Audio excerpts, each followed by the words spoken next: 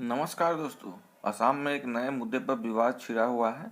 यह विवाद काफ़ी विवादजनक कह सकते हैं। आप सबको पता है कि एनआरसी को लेकर बहुत लंबे समय से विवाद जो है असम में चलती आ रही है। एनआरसी जो असम में हुई थी वो सुप्रीम कोर्ट के आदेश पे ही हुई थी। इसके बावजूद सरकार में कोई संतुष्टि दिख नहीं रही है। इसके अपेक्षित परिणाम था वो मिला नहीं सरकार को। हालांकि घुसपैठियों का जो एक सही आंकड़ा था वो पहचान हो नहीं पाई। सिर्फ 19 लाख कुछ का ही घुसपैठियों का पता चल पाई। हालांकि उसमें ये भी कहा जा रहा है कि जो घुसपैठी हैं उनका पुराना मतलब जो उनका जो पूर्वज जो है वो असम से ही बिलोंग करते हैं। इसको लेकर भी सरकार में बहुत विवाद होता आया है। सवाल यह उठ रहा है कि सरकार जो काम एनआरसी से नहीं हो पाई वह अब डिलिमिटेशन से करेगी। डिलिमिटेशन को आसान भाषा में हम कह सकते हैं कि लोकसभा और विधानसभा क्षेत्रों का पूर्ण निर्धारण की प्रतिक्रिया होती है, जिससे यह कोशिश होती है कि लोकसभा और विधानसभा में जो मतदाताओं की संख्या है वो बराबर हो। यह डिलिमिटेशन जो होता है वो आबादी के आधार पर ही होता है। अब हम बात करते हैं कि ये डिलिमिटेशन कब से नहीं हुई। फर्स्ट टाइम जो डिलिमिटेशन हुई थी 1952 में हुई थी। उसके बाद 10 साल बाद उसके 62 में हुई और 62 के बाद फिर 72 में हुई। 72 से 82 में होना था लेकिन ये नहीं हुआ। 1976 में जो सेंट्रल गवर्नमेंट की सरकार थी उस टाइम की, उन्होंने परिवार नियोजन पर एक कार्यक्रम चलाया था, जिसके चलते इसको रोक दिया गया, क्योंकि जिसकी आबादी कम होगी उसे कम सीट उठानी होगी। जैसे कि हम बात करते हैं लोकसभा और राज्यसभा और जो विधानसभा की सीटें होती है, ये ज़्यादातर दक्षिणी राज्यों में ऐसा ये मुद्दा अक्सर बना रहता है, क्योंकि जो दक्षिणी राज्य के जो सीएम लोग हैं वो इस मुद्दे को हमेशा उठाते रहते हैं।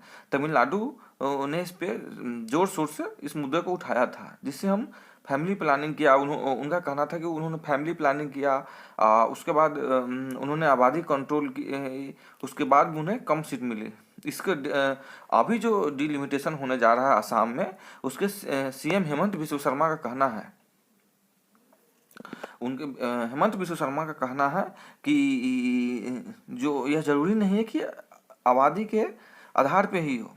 27 दिसंबर 2022 को उन्होंने चुनाव आयोग ने कहा कि असम में डिलिमिटेशन होगा। डिलिमिटेशन की प्रतिक्रिया 2002 में ही होनी थी, बट इसे रोक दिया गया 4 राज्यों समेत असम के कुछ असम को भी इसी 4 राज्यों में शामिल करके रोक दिया गया था, कुछ कह सकते हैं कि सुरक्षा कारणों से।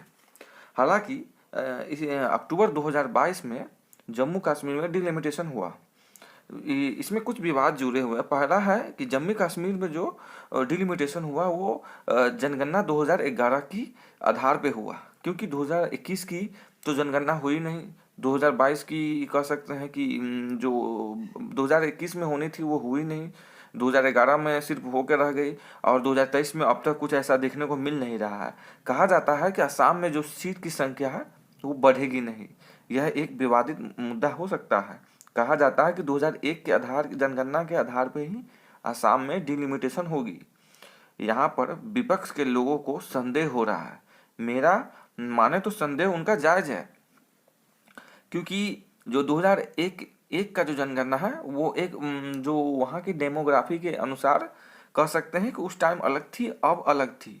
चाहे एनआरसी की बात हो चाहे डिलिमिटेशन की बात हो, 2001 की जनगणना के आधार पर कोशिश यह है कि डेमोग्राफी चेंज हो रहा है।